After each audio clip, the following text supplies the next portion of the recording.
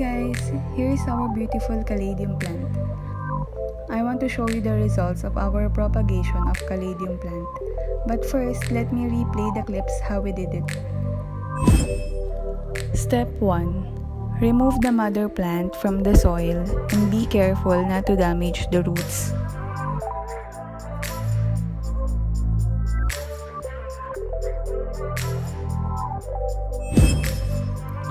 Step 2. You can see that the plant is rooted with bulb. We will cut this bulb so we can divide the plants into two. We need to use sharp knife to cut the bulb.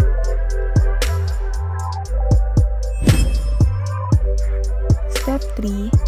We will repot the plants in a separate pots. Step 4. If there is remaining bulb, you may cut it into small pieces and put on top of the soil.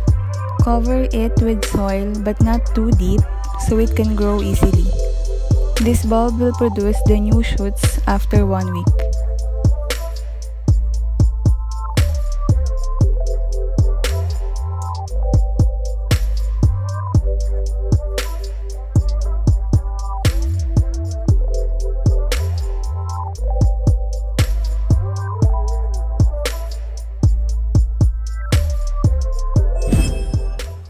So here is our result after 7 days. The white shoots have started to sprout from the bulb. After 14 days, the leaf sprout has started to grow. After 17 days, the sprout has opened and become a small leaf. After 20 days, 3 more sprouts have started to grow.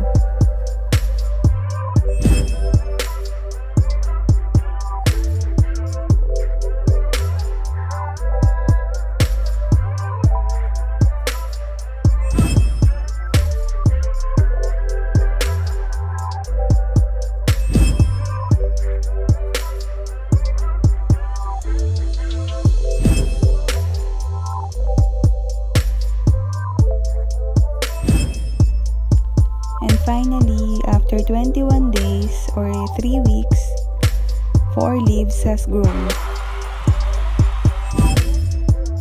So now, we will repot the plants in separate pots so they can grow properly and become a beautiful caladium plant.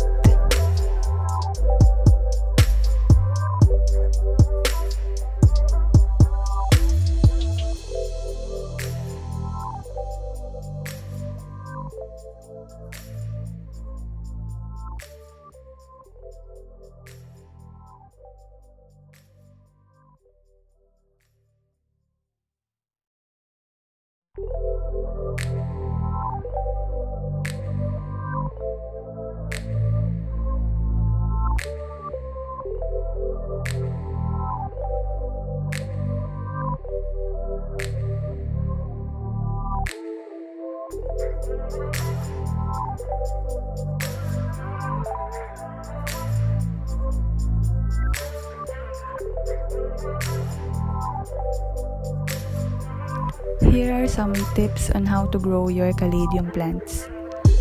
Water your caladiums enough to keep the soil slightly damp but never enough for it to be soggy. Plant your caladiums in areas with some protection from wind as their large leaves are prone to damage.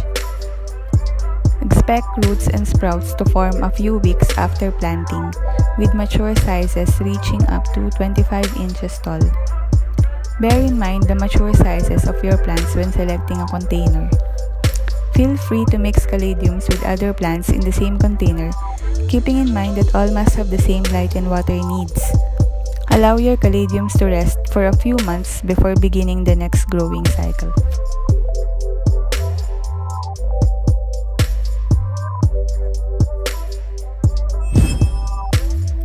Don't forget to like, share, and subscribe.